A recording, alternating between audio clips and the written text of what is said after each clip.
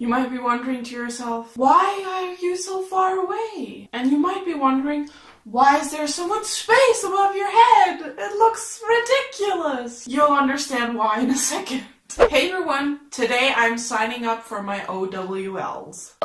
Now to clarify, for me, as I'm recording this, it is the 4th of April, but this video is going up next week. If this is the first time you're hearing about the OWL readathon, I don't know if you still want to sign up for it or do it because it's already so far in. I don't know. But if you do want to know more about it and maybe participate, there is a link in the card and in the description to the original video where everything is explained. For each subject you could be taking your OWLs in, there is a kind of book you should be reading. You get to pick the subjects you wanted to take your OWLs in. The way they are grading this is overall. So to get your OWLs, i.e. have an acceptable overall, you need to pass at least 2 exams, i.e. finish at least 2 books. So judging from my performance last month, I'm thinking I can do that. That would be acceptable. Exceeds expectations is 3 books and outstanding is 5 books. First subject I picked was Transfiguration, because Transfiguration is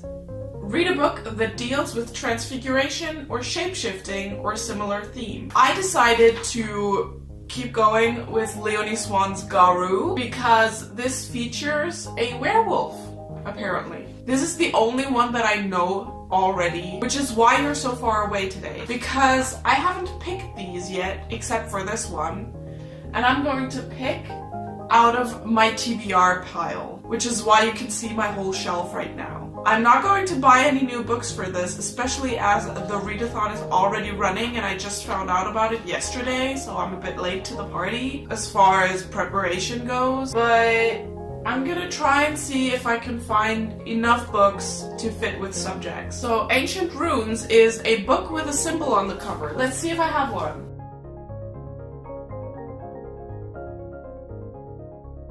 So I do not have a book for Ancient Runes. Arithmancy is read a book with a number on the cover or in the title. I have exactly 1 book with a number on the cover in my TBR pile, but that number is because it is book 3 in the series, and I haven't read book 1 and 2, so I'm pretty sure that's a crime. Astronomy would be to read a science fiction novel. Apparently science fiction isn't that much on my shelf, at least not in my TBR. Care of Magical Creatures would be read a book that includes magical creatures or features a magical creature on the cover. Now I cannot use the same book as for the Transfiguration one, even though they're kind of similar, but you can't use 1 book for 2 challenges, that's one of the rules. So let's see if I can find 1 book like that. Okay, I found something. I've decided to go with one of the Twig books. I have the first 3, but I don't know in which order they are. I will have to look up which one of them is the first one. Charms is to read a fantasy book. Now I definitely have those.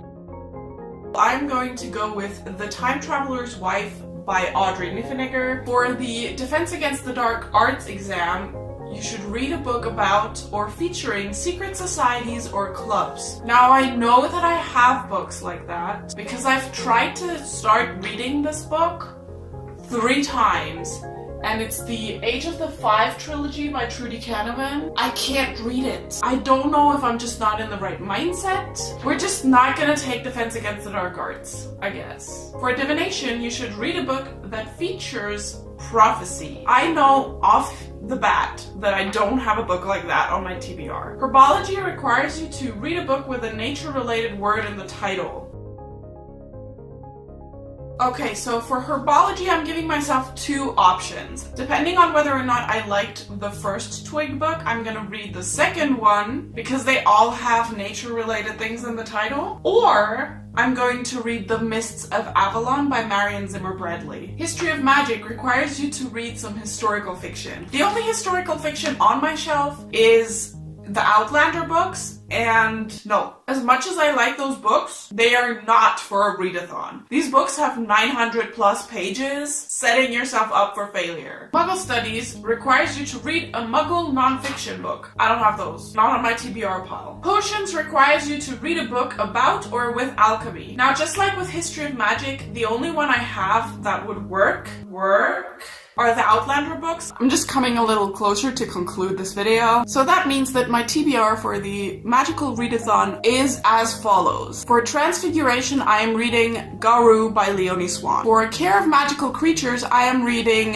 The Edge Chronicles Beyond the Deepwoods by Paul Stewart and Chris Riddell. For Herbology, I am either reading The Edge Chronicles Stormchaser or The Mists of Avalon by Marion Zimmer Bradley. And for Charms, I am reading The Time Traveler's Wife by Audrey Niffenegger. Like I said, all the info is in the description box or in the cards. I'm really hoping that I will pass my owls at least with an acceptable. Wouldn't mind an exceeds expectations. Very aptly named. I would exceed my expectations if I got to 3 books. But I'm really looking forward to reading the Edge Chronicles books. Anyhow, if you like this video, then please give it a thumbs up. If you want to see more of me, then you can subscribe to my channel up here, or you can subscribe to my second channel down here where I talk about mental health and trans-related issues. Or you can click here to watch a video YouTube thinks you're gonna like, and I will see you again next Wednesday. Bye!